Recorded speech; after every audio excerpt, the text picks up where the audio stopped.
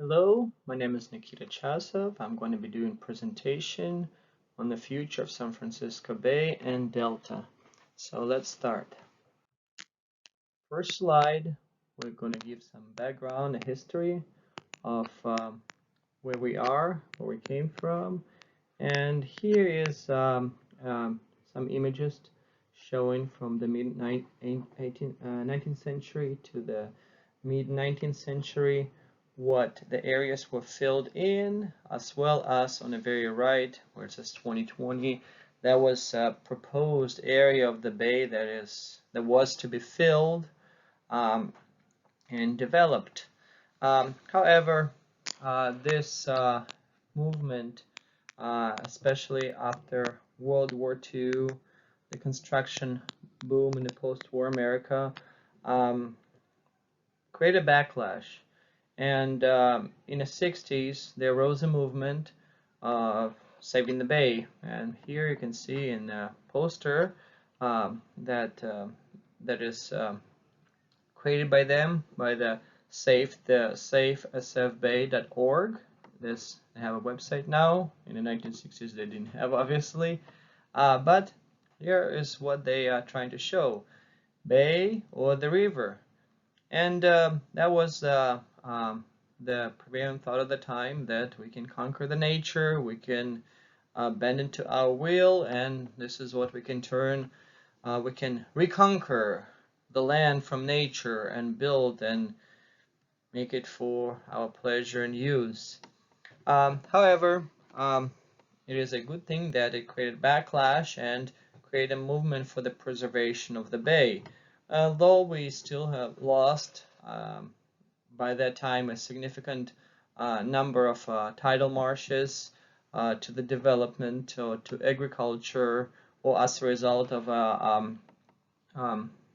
hydraulically altering of the delta, we still have quite a lot preserved in comparison to what had been proposed.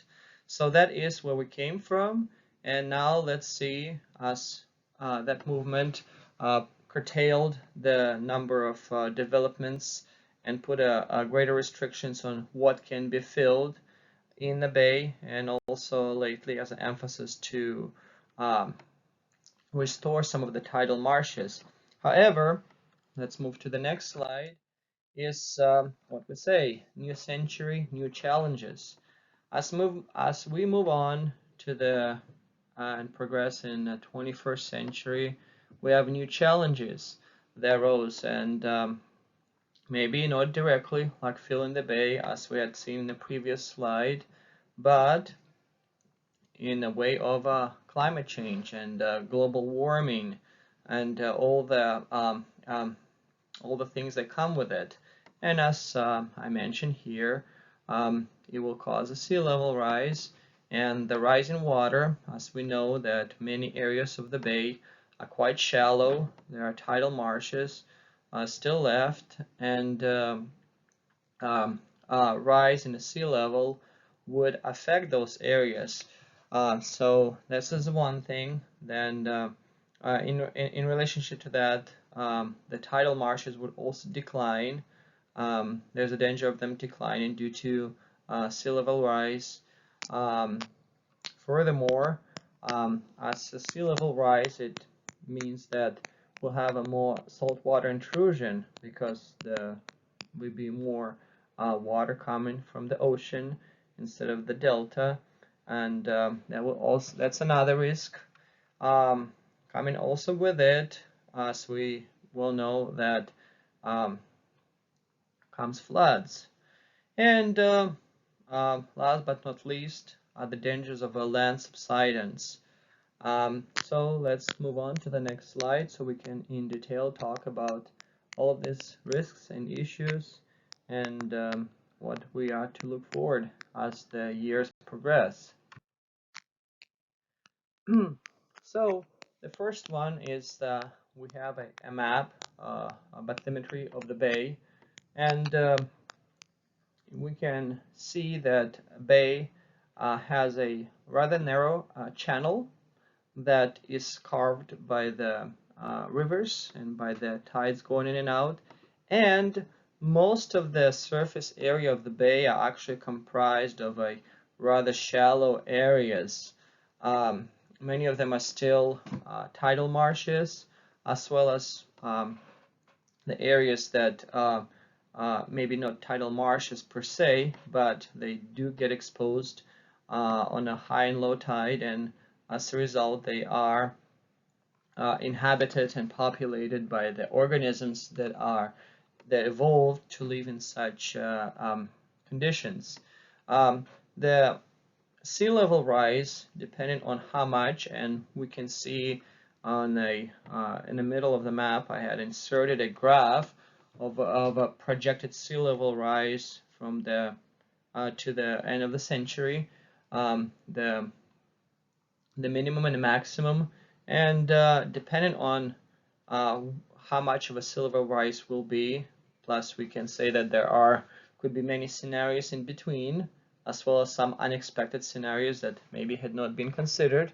The bathymetry of the bay may not be affected per se, but the shallow areas, as we can see in a very severe scenario of a sea level rise of close to 2 meters, it is way above what the tidal fluctuations that we have in a bay. So all the areas that had previously been in effect of between the high and low tide would certainly, under this scenario, be underwater all of the time. So that is the dangers that we're having when it comes to that. And obviously, if that is the case, if nothing else is done, the area of the bay would expand. But for that, let us look to the next slides. All right. As a result of sea level rise, a few things might happen when it comes to when we talk about the tidal marshes. And as I mentioned here, I'm be talking about the decline of tidal marshes. One of the things that's proposed and almost certainly would take some form is building dikes to prevent the areas being flooded, basically building a seawall of a sort and a gate to control the flow, and that would prevent those areas from expanding and inundating into the populated areas. However, this strategy has a significant downside. The downside is the marshes and tidal plains, they formed largely by sediments, both organic and inorganic. When we build dikes and place gates, we severely limit amount of sediments that are brought in and settled and form those areas. And that is a thing that would contribute to the degradation of the tidal marshes. If that is not done, the areas would just flood and be under a deeper level of water, and as a result, the organisms that had populated the area would be displaced or might even go extinct. And those are on the map, we see areas that would be most severely affected by the degradation if those dikes are built. And we can see most severely the area that are affected is the areas of a sfsu Bay and of a North Bay. So these are the dangers that comes with us trying to control, save those areas, but it's not perfect. Let's move on. So when we talk about the variation of what we can predict the sea level rise would be, we have graphs that show 5 different scenarios from the year 2000 to the end of the century of a different levels of sea level rise: 21.5 centimeters, 43, 88, 133 and 169. And you can see that um, the green areas illustrate that although there will be a sea level rise, but it will mostly not leave the tidal marshes in the conditions there of present, and it means that there'll be fluctuation with high and low tide, and it's the best scenario for us. As we go on, we can see that the color change, and those yellow and especially red colors, they show that the tidal marshes would be completely flooded. It means that even on the lowest of the tides, they will be submerged. And as we go towards the end of a century, on a more severe sea level rise scenario, we see that most of present tidal marshes would completely be flooded, and therefore they will cease to exist as tidal marshes and just become shell areas of the bay. So that is what we are to expect if we will go to a more severe scenario of a sea level rise. So let's move on to the next slide. And this is animation. This is a screenshot of an animation of a tides as they go in and out, and change in salinity. But that is to show as the tides go in and out, we have the blue areas are the areas of the Sassoon Bay and a delta that either have no salt or practically for any practically have no salt, because the concentration of salt is so low there that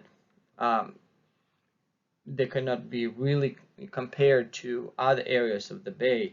And we see that especially the central and south bay are quite salty. Maybe they are not as salty as Pacific Ocean, but let's say they're about 2/3 of the way there.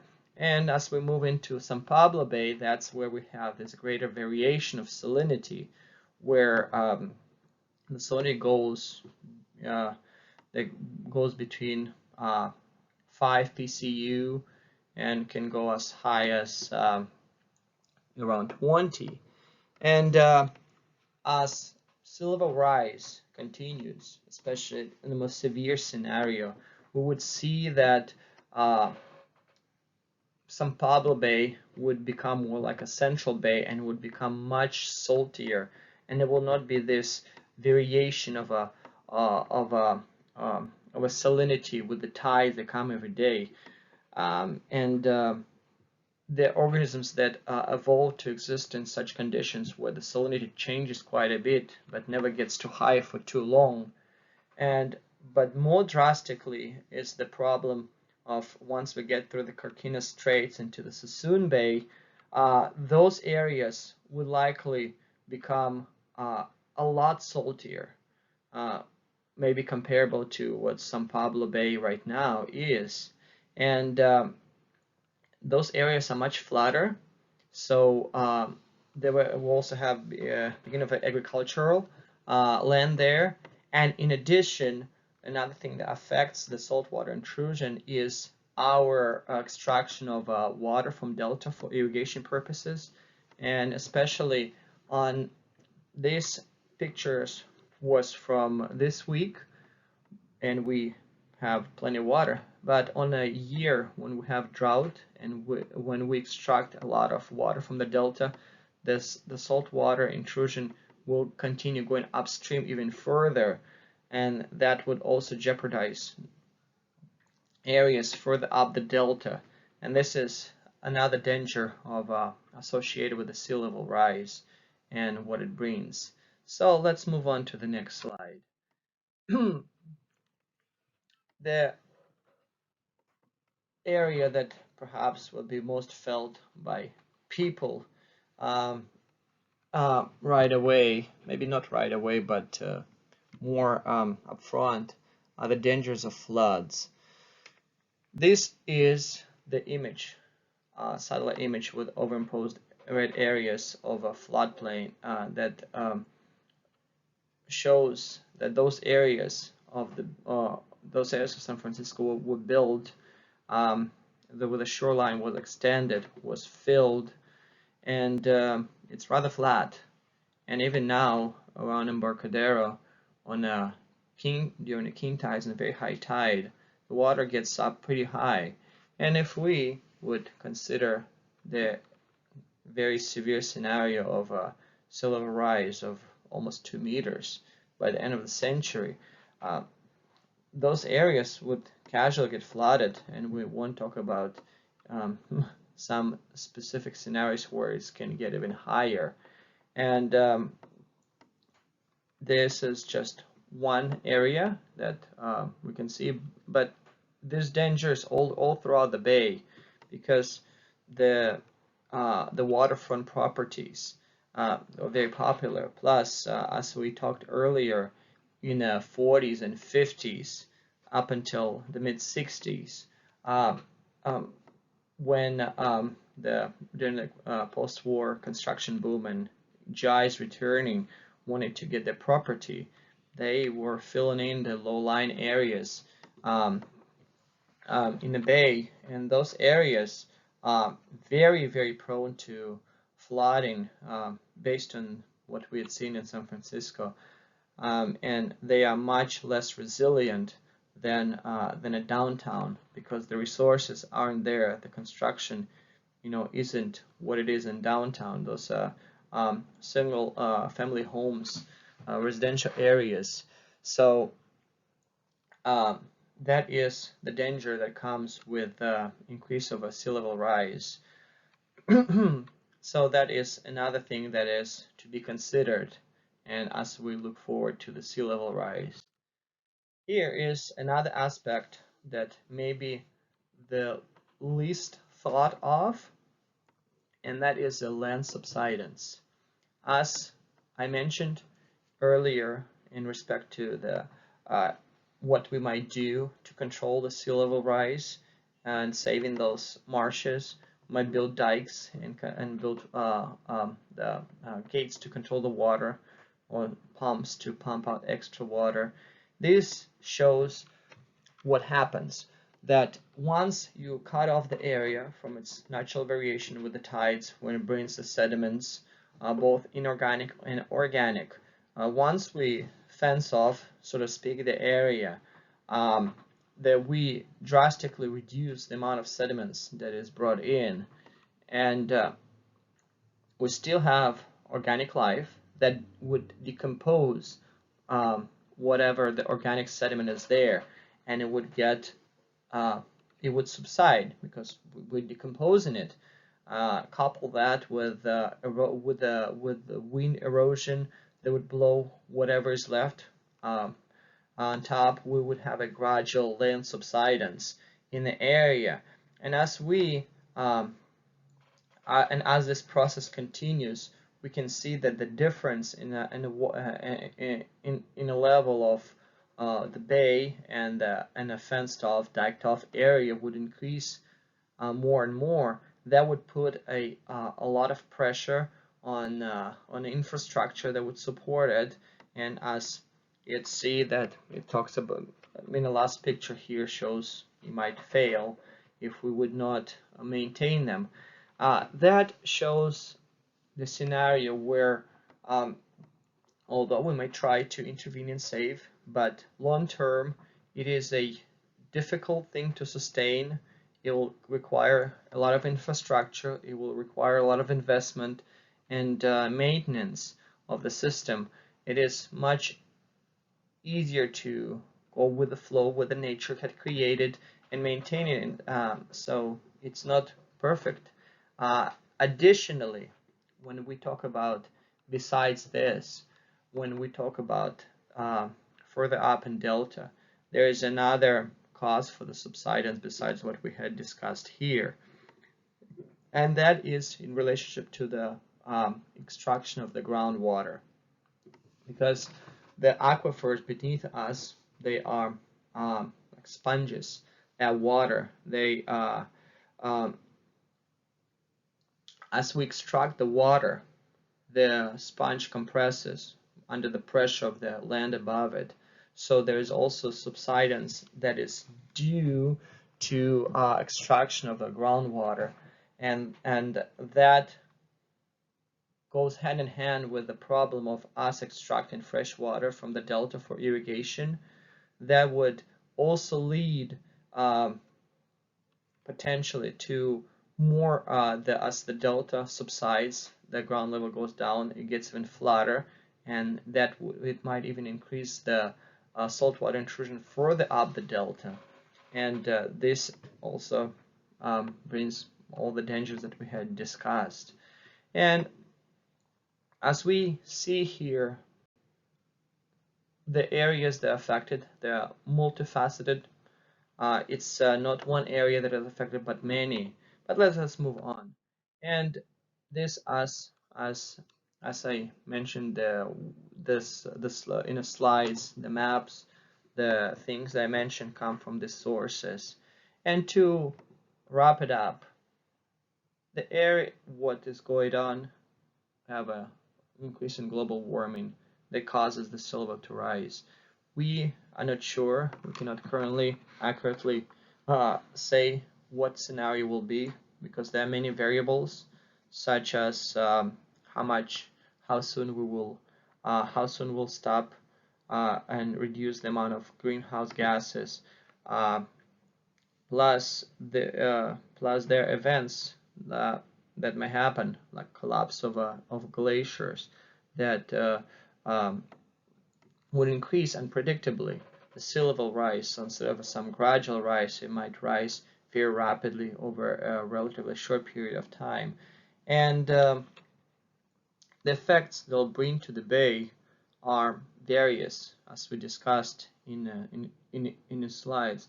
So there is something that is to be considered.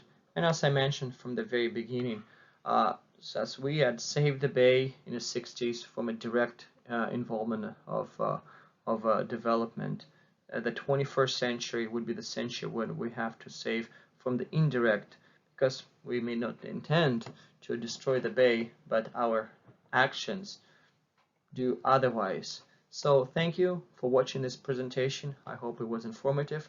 I hope you enjoyed, and have a good day.